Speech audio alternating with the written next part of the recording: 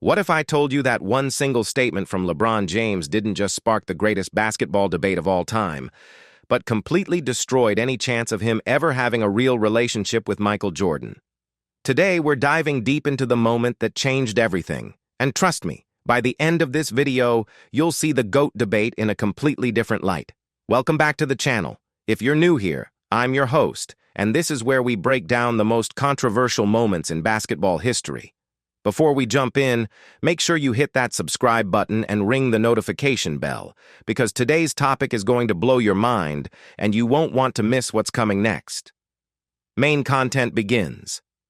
Picture this. You're watching the greatest player of your generation dominate the court, breaking records, winning championships, and inspiring millions.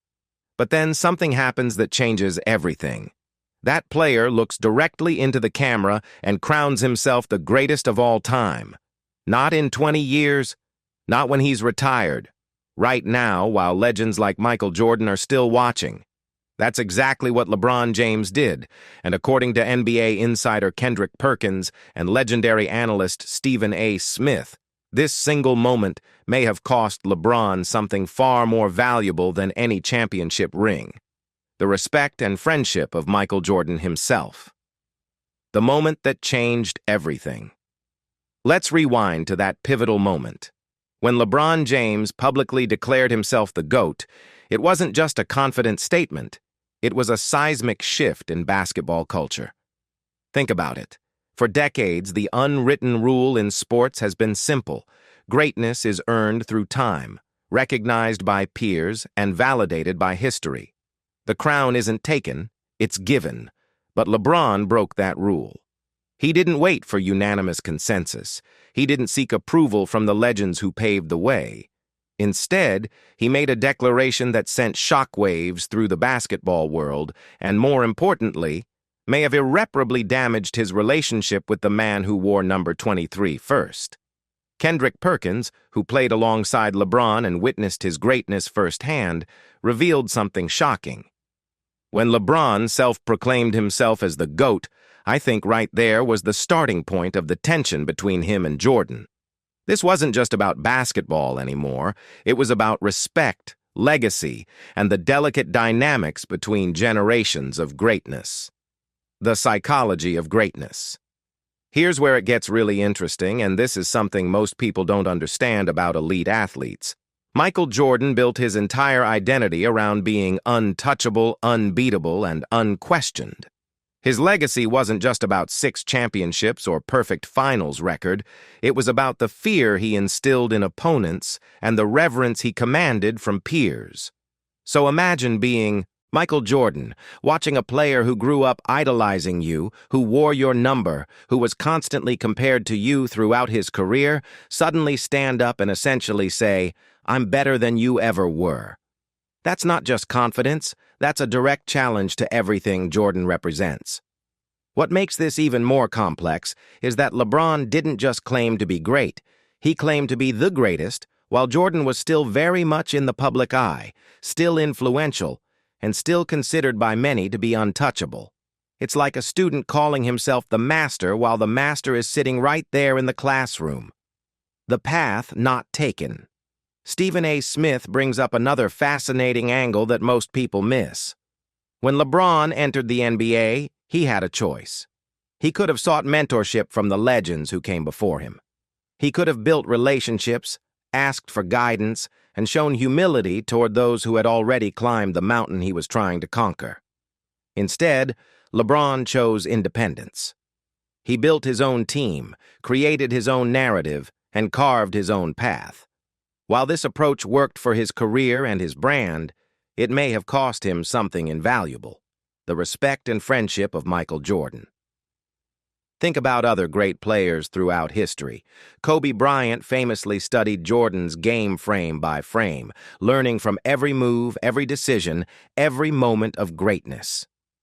Magic Johnson and Larry Bird learned from the players who came before them. Even Jordan himself learned from legends like Dr. J and Magic Johnson. But LeBron? He came into the league with a fully formed media presence, global expectations, and an inner circle that protected him from outside influence. While this gave him control over his narrative, it also meant he missed opportunities to build bridges with legends like Jordan, the decision that changed everything. Here's where the story gets even more complicated. When LeBron made the decision to leave Cleveland for Miami in 2010, he didn't just change teams, he changed the entire landscape of professional basketball. He showed that players could control their destiny, team up with other superstars, and essentially guarantee themselves championships. But this approach was completely different from Jordan's path. Michael Jordan never left Chicago, even during the darkest days when the Pistons were physically dominating him and the Bulls couldn't get past the Eastern Conference. He stayed, he fought, he grinded it out until he finally broke through. To Jordan and his generation, this loyalty and persistence were what defined greatness.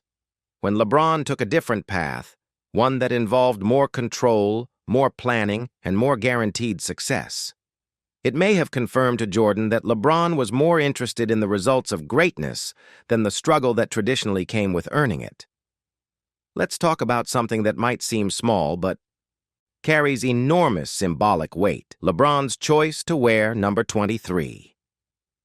When he entered the league, he could have worn any number. He could have created his own identity from day one.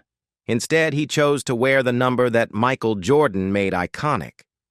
This wasn't just about honoring Jordan. It was a statement of intent.